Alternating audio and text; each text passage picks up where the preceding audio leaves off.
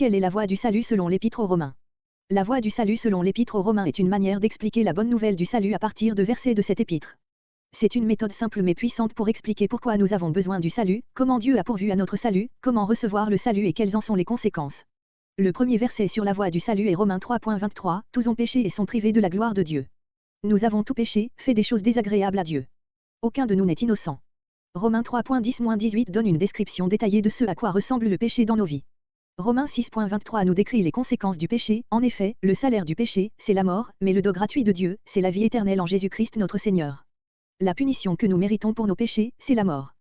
Pas seulement la mort physique, mais une mort éternelle. Le troisième verset commence là où s'arrête Romains 6.23, mais le don gratuit de Dieu, c'est la vie éternelle en Jésus-Christ notre Seigneur.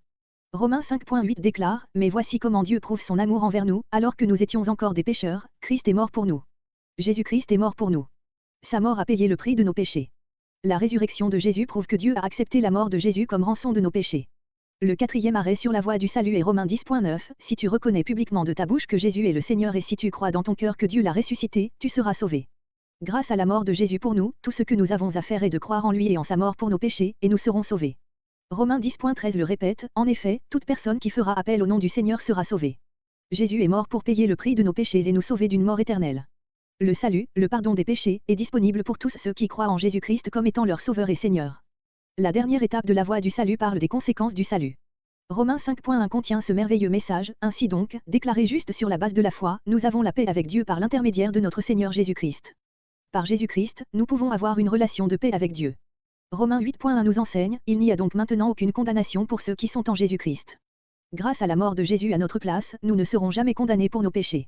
De plus, nous avons cette précieuse promesse de Dieu dans Romains 8.38-39, en effet, j'ai l'assurance que ni la mort ni la vie, ni les anges ni les dominations, ni le présent ni l'avenir, ni les puissances, ni la hauteur, ni la profondeur, ni aucune autre créature ne pourra nous séparer de l'amour de Dieu manifesté en Jésus-Christ notre Seigneur. Aimeriez-vous suivre la voie du salut selon l'Épître aux Romains? Si oui, voici une simple prière. Cette prière est une manière de dire à Dieu que vous vous confiez en Jésus-Christ pour votre salut. Les mots ne vous sauveront pas. Seule votre foi en Jésus-Christ peut vous sauver. Dieu, je sais que j'ai péché contre toi et que je mérite d'être puni, Mais Jésus-Christ a pris sur lui la punition que je méritais afin que, par ma foi en lui, je puisse être pardonné, Avec ton aide, je me détourne du péché et je mets ma foi en toi pour obtenir le salut. Merci pour ta grâce merveilleuse et ton pardon, pour le don de la vie éternelle. Amen. Avez-vous pris la décision d'accepter Christ après ce que vous venez de lire ici? Si oui, cliquez sur le bouton ci-dessous, j'ai accepté Christ aujourd'hui.